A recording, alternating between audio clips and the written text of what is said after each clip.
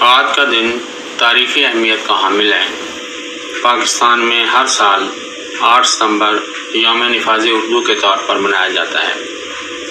8 ستمبر 2015 میں supreme court کے سابق چیف جسٹس جواد ایس خواجہ نے ایک تاریخ ساز فیصلہ دیا تھا، جس کے مطابق حکومت سے کہا گیا تھا کہ وہ آئین پاکستان کی روح کے مطابق ہر شعبہ زندگی میں اردو کو نافذ کرے، لیکن شومیہ قسمت کہ ایسا نہ ہو سکا اور آج تک اردو بے دست و پا ہے۔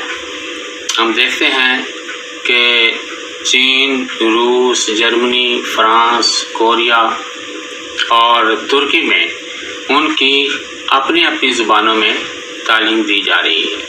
وہاں ذریعہ تعلیم انگریزی نہیں ہے، بلکہ ان کے امتحانات ان کی اپنی زبانوں میں ہوتے ہیں۔ تو اگر وہ ملک اپنی زبانوں میں بچوں کو تعلیم دے کر ترقی یافتہ بن سکتے ہیں، تو پاکستان میں اردو کو ذریعہ تعلیم بنا کر ہم کیوں ترقی نہیں کر سکتے؟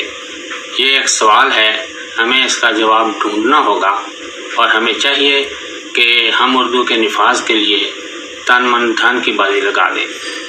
نفاذ اردو زندہ باد، پاکستان پائندہ باد۔